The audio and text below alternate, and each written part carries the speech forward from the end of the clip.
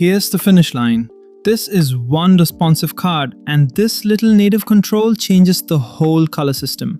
The background, readable body text, border, badge, and link all respond to a single theme property. I'm not using JavaScript to make that happen.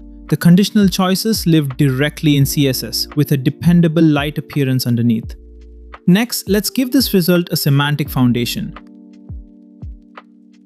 I'm typing the HTML now. The article is the card itself, so the content has a meaningful boundary from the start. Inside it, I've got a header, a real heading, descriptive copy, and a footer link. Above it is a checkbox with a connected label.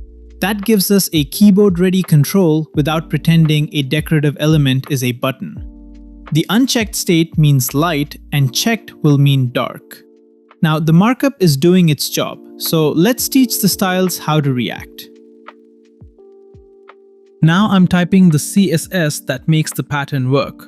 First, I set ordinary light colors for the card. Those are the fallback declarations, so a browser that does not understand the experimental function still gets a usable component. Next, the checked checkbox gives the card a local dark theme value through a hash selector. Here's the trick.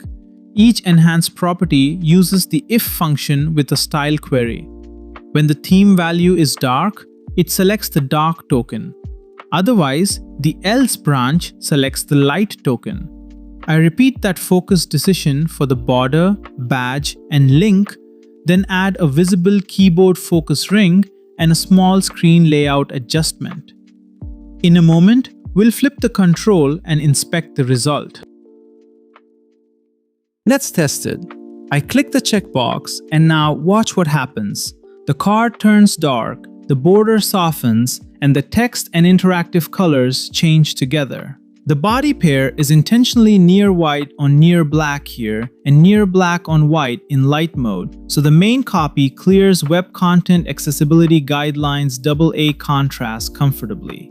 Click again, and the light theme returns instantly. In Browser Developer Tools, you can inspect the card and directly change that same local theme property to test either value. This CSS-only control is practical for the demo, while the fallback declarations protect the baseline in browsers that do not support the experimental conditional syntax.